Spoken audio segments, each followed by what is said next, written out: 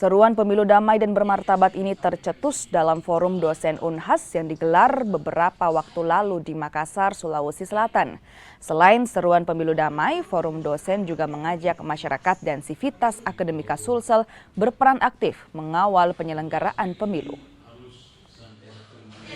Saya menginginkan Makassar, Sulawesi Selatan menjadi sebuah epicentrum untuk mencerminkan bahwa pemilu yang akan dilaksanakan pada tanggal 14 Februari itu akan berjalan damai. Kalau saya sih mendukung yang dikatakan oleh Julian Benda, wahai intelektual yang ada di kampus, berbicaralah.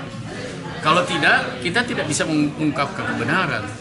Dan kami sebagai termasuk ada Butri tadi, pencetus tentang guru besar dan memberi perhatian kepada bagaimana peran universitas untuk menegakkan kebenaran, itu sudah dilakukan.